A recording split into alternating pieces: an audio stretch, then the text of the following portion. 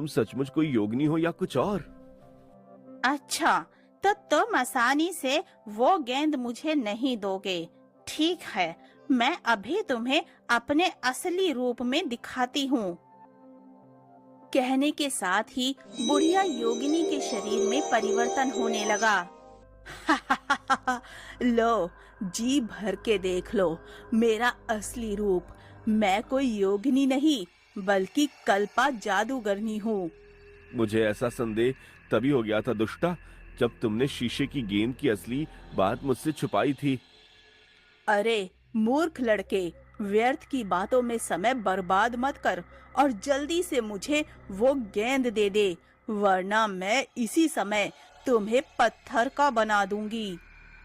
अब तो मैं किसी भी अवस्था में तुम्हें वो गेंद नहीं दूंगा, बेशक तुम मुझे जान से ही क्यों ना मार दो।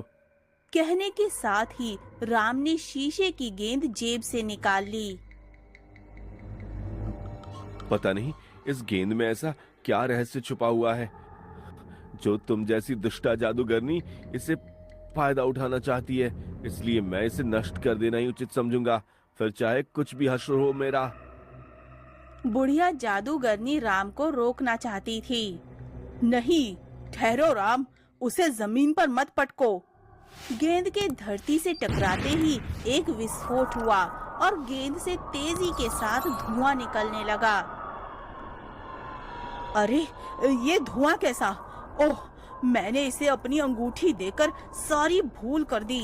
अब मेरी भलाई इसी में है कि मैं जल्दी से खिसक लूं।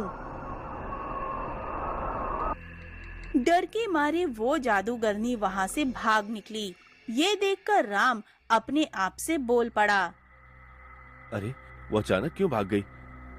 कहीं यहाँ पर कोई मुसीबत तो नहीं आने वाली?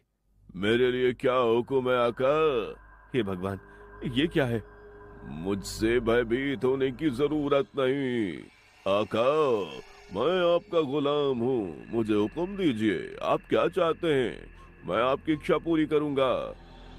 लेकिन आप कौन हैं और अचानक यहाँ कैसे आ गए? मैं शीशे की गेंद का जिन्न हूँ। जिसके पास शीशे की गेंद होगी, मैं उसी के आदेश का पालन करूंगा, उसकी हर इच्छा पूर्ण करूंगा। लेकिन मैंने तो तुम्हें किसी काम के लिए बुलाया नहीं, फिर तुम अपने आप कैसे आ गए? गेंद पटकने का मतलब मुझे बुलाना है। आपने गेंद को धरती पर पटका, इसलिए मैं तुरंत हाजिर हो गया। अब बताइए, मेरे लिए क्या आदेश है? जिन्न की बात सुनकर राम अपने मन में सोचने लगा। अब समझा कि वो दुष्ट जादूगरनी